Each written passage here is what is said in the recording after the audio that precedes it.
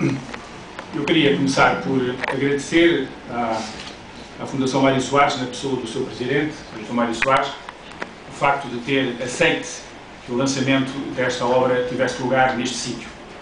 É uma circunstância que me dá a possibilidade de qualquer maneira, unir neste ato duas pessoas, duas personalidades com muito respeito e de quem fui próximo colaborador.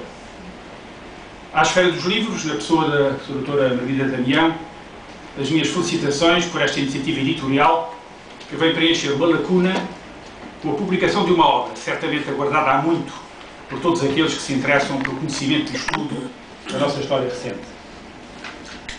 O professor Luís Nuno Rodrigues, autor da obra que hoje aqui se lança, é doutor em História Americana pela Universidade de Wisconsin e em História Moderna e Contemporânea pelo ISCTE, onde atualmente ensina. É ainda membro do Instituto Português de Relações Internacionais. De 2006 a 2008 foi Visiting Professor na Universidade de Brown. Publicou já várias obras, nomeadamente uma biografia de Marchal Costa Gomes e um interessante trabalho intitulado Kennedy-Salazar, a crise de uma aliança, as relações luso-americanas entre 1961 e 63, que foi galardoado com o prémio da Fundação Mário Soares. Ao professor Luís Nuno Rodrigues ficamos a dever, com a publicação deste trabalho, diria mesmo desta sua empreitada, a possibilidade de melhor conhecermos a vida e a obra de um homem que, queiramos ou não, ficará nas páginas da nossa história como símbolo da Revolução dos Cravos e como um exemplo de honestidade, de honradez e de constante dedicação à sua pátria. Não estou a falar de si. Estava a falar de deixar o seguinte. Estava eu a dizer que ao professor Luís Nuno Rodrigues, autor do livro, ficamos a dever, com a publicação deste seu trabalho, a possibilidade de melhor conhecermos a vida e a obra de um homem que, queiramos ou não, ficará na história, nas páginas da nossa história, como símbolo da Revolução dos Cravos e como um exemplo de honestidade, de honradez e de constante dedicação à sua pátria. Se aqui e ali manifestar a minha missão específica de hoje, que é de apresentar um livro, é porque se me impôs o dever de evocar, a propósito de um outro acontecimento ou um outro episódio narrado pelo autor, a minha versão pessoal deles e o meu julgamento com base na vivência direta que deles tive e com base no meu conhecimento do biografado.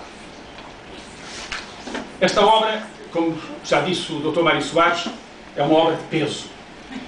É uma obra com 652 páginas escritas, seguidas de abundantes notas e de uma vasta indicação de fontes e de bibliografia. Mas não é uma daquelas obras a que os ingleses chamam de strong knit, ou seja, uma prosa compacta e difícil de digerir. Antes, pelo contrário, está escrita num estilo claro e fluente e contém uma descrição viva dos acontecimentos que conquistou o leitor e o entusiasma a prosseguir a leitura. É um trabalho bem estruturado, uma investigação apurada que abarca os acontecimentos mais marcantes da vida do biografado, com uma preocupação de análise científica e com recurso a várias fontes documentais e testemunhos orais. Vê-se ter havido uma preocupação de independência, de rigor histórico, de distanciamento, não obstante o autor reconhecer, a páginas 18 do seu trabalho, o caráter subjetivo, relativo e porventura precário que tem sempre o trabalho de historiador.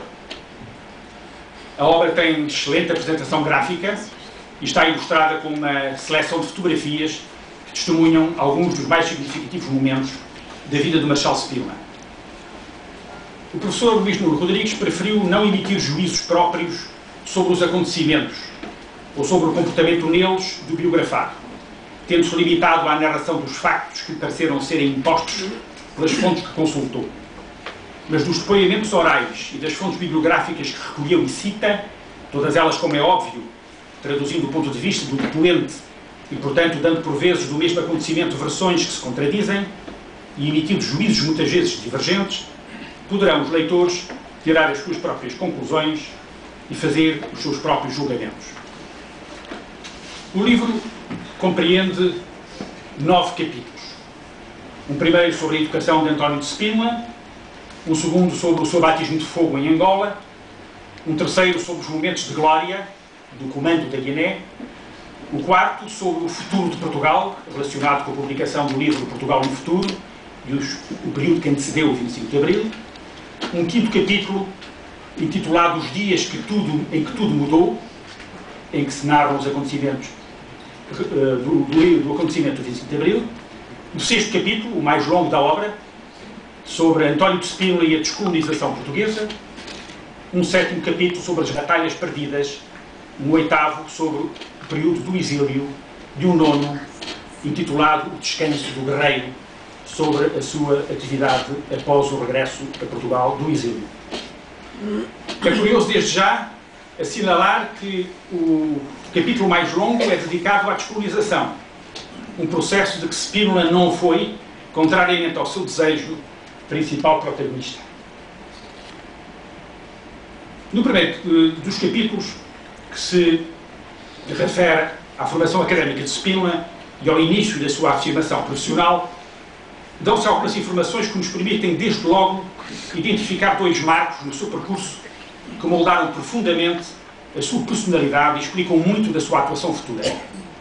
A frequência do colégio militar, onde diz ter aprendido os valores a que foi fiel pela vida fora, os valores da disciplina, do cumprimento rigoroso do dever, da lealdade, da camaradagem, do amor à pátria, e ainda a escolha da arma de cavalaria, que era o seu orgulho e onde cultivou a sua paixão pelos cavalos, que o tornaram um prestigiado concursista hípico. Segue-se a narração da sua ação em Angola de dezembro de 1961 a fevereiro de 1964,